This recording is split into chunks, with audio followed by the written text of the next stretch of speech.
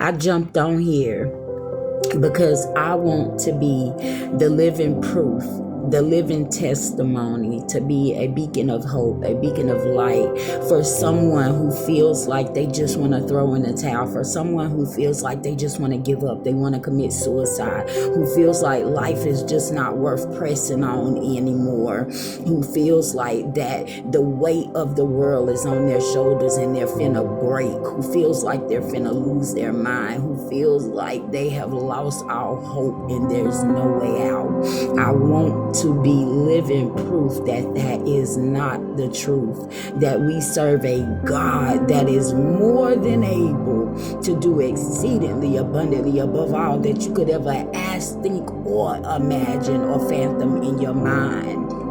Let me tell you a little bit of my testimony. I don't want to tell you too much because I have books coming out. One is coming out in December, and then I have another one that I'm working on. So I don't want to share everything that's in my books, but I do want to share this because I want you to know that there's nothing too hard for God. I remember sitting in a jail cell for a murder that I did not commit, okay, and facing 25 to life. You understand? But God worked it out. Okay?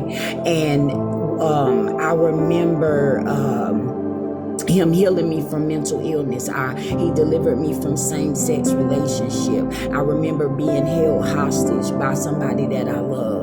I remember him trying to pour Clorox down my throat. I remember him forcing himself on me. I remember him tying me up and beating me mercilessly. I remember him hitting me with his car, pouring transmission fuel on oil on me, thinking that it was flammable so he could set me on fire. I remember him pulling out his gun and putting it right here and pulling the trigger, and the gun jammed. Nothing happened. When I tell you I have seen the finger of God in my life, now I can see it, but back then I couldn't see that God was covering me, that he was shielding me, that he was protecting me, that he refused to allow me to die in my mess when I was out there high out of my mind in drug houses, ODing back to back to back. I'm telling you, God is a good God. One weekend, before I was in my fatal accident in 2013, I took over 30 Xanaxes, I snorted cocaine, alcohol, you name it, I was on it, okay? And I was at my own house knocking on my door for somebody. This is just how out of it I was. Unbeknownst to me, I don't even know that I'm walking around, that I'm driving, that I even got my daughter with me, my 3-year-old daughter at the time. She's in my back seat, and my friend, who to this day I thank God for her, and I call her an angel. I know that God sent her, and she took my daughter out my car. Not even 5 minutes later, I went head on with 3 cars. I was ejected from the car. When the paramedics arrived, they said that I was DOA, which means dead on arrival. I was gone, okay? They revived me. I severed my face in half. They had to put metal in both sides of my face. They were supposed to put a trachea in my throat if I survived. When I tell you, God is an amazing God. He can do anything and everything that the enemy meant to destroy you, to kill you, to take you out, to make you lose your mind. God will flip it and turn it around for your good and for his glory. God said no to the death angel, no, and pulled me out of the pits of hell and said, not so. I have need of you. I have work for you to do. So if you feel like that there's no way out, that you don't have any hope, I want to be your hope. I want you to know that there is nothing, no situation, no circumstance that God cannot intervene in and turn it around. Okay, I was written off as lost, as no hope for her.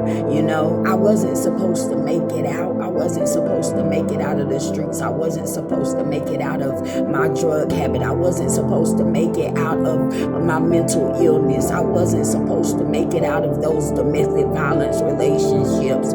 I wasn't supposed to make it out of jail or prison. I wasn't supposed to make it out. But God had a different plan. And I want you to know that God has a different plan for you. So don't lose hope. Know that God loves you.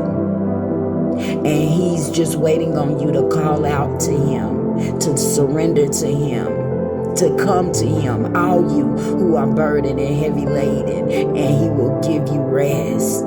God is a good God. He's a good God, and He's been better than good to all of us. And He's more than able. He's a present help in time of need.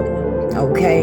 So in whatever capacity you need Him to show up in, He will show up in that capacity and be what it is that you need Him to be for you in this time, in this present day and time. So don't give up.